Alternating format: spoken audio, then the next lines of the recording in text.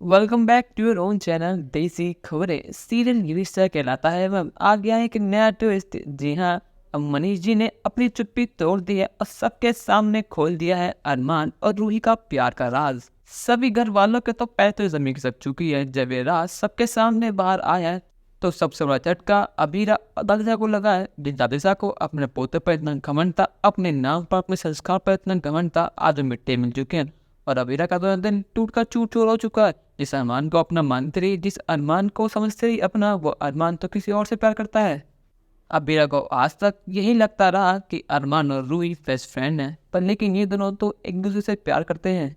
यहाँ पर दादी साहब पूजा के बाद कह रही होती हैं अबीरा से कि तुम्हें अब ये भी साइन करने होंगे, पर लेकिन यहाँ पर मरीज आ जाते हैं और कहते हैं कि यहाँ पर कोई डिवोर्स नहीं होगा और अरमान अबीरा को नहीं छोड़ने वाला, क्योंकि जो आपको बताने वाला हूँ उसके बाद आप खुद कहेंगे कि आपका पौधा कितना गलत है।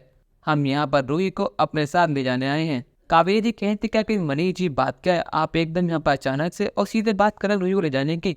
आखिर हमसे कुछ गलती हुई है क्या और आप अरमान पे तगड़ा इल्जाम क्यों लगा रहे हैं।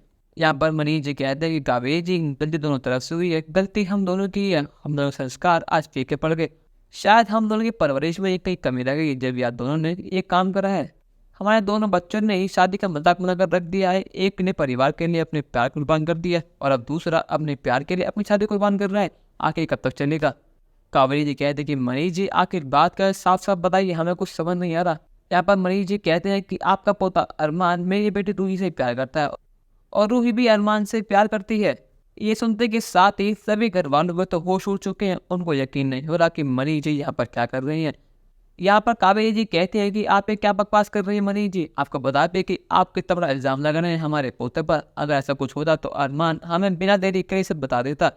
आपको पक्का गलत फहमी हुई है। अगर रूही को अरमान से प्यार होता वो शादी ही नहीं करती रूही से, और हमें पूरा भरोसा है रूही पर। रूही ऐसा काम कभी नहीं करेगी। रूही अरमान की भाभी है और अच्छे दोस्त नहीं, साथ और कुछ भी नहीं है। पर लेकिन अरमान और रूही के तो यहाँ पर होश उड़ चुके हैं। उनके क्षणों साफ पता लग रहा है कि उन्होंने कुछ छुपाया है। यहाँ पर विद्या कहते कि अरमान क्या सच है, क्या जो मनीष जी कह रहे हैं बिल्कुल ठीक है।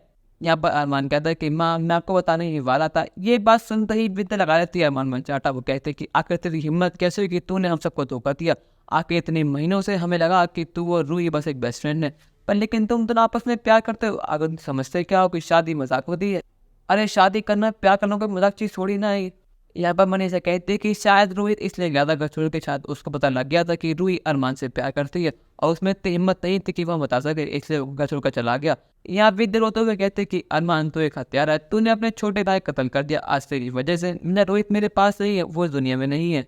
अरमान कहता कि माँ मुझे माफ कर दीजिए, मैं मानता हूँ मेरी गलती है, पर लेकिन मैं उसका हत्यारा नहीं हूँ। मैंने रूही से कहा था कि वो शादी कर ले रोहित से। आखिर आप खुद बताइए माँ, मैं अपने छोटे भाई का कैसे उजाड़ देता। मेरे छोटे भाई की शादी थी, वो बहुत ज़्यादा खुश था और आप चाहते कि मैं ऐसे में बीच में आके उसकी सारी खुशियों से छीन लेता। या मनीष जी कहते हैं कावेरी जी मुझे माफ़ कर दीजिएगा, पर लेकिन हम रूही को अपने साथ लेके जा रहे हैं। यहाँ कावेरी जी कहते हैं कि नहीं, ये शुभ कार्य मैं हाथ से करूँगी।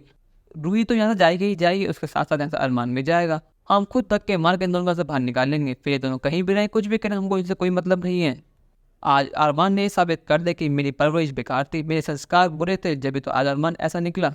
और कावेरी जी बिना देरी करे रूही का हाथ पकड़ तो धक्के मार घर से बाहर निकाल देती है। यहाँ रूही कहती कि दादी साहब मेरी बात सुनिए, मैं अरमान से बहुत प्यार करती हूँ और मुझे शादी करनी है। दादी साहब गुस्से में कहते कि बस रूही बस, अब एक शब्द और नहीं। अब से तुम हमारे लिए पराई हो चुके, अब से हम तुम्हें जानते नहीं है।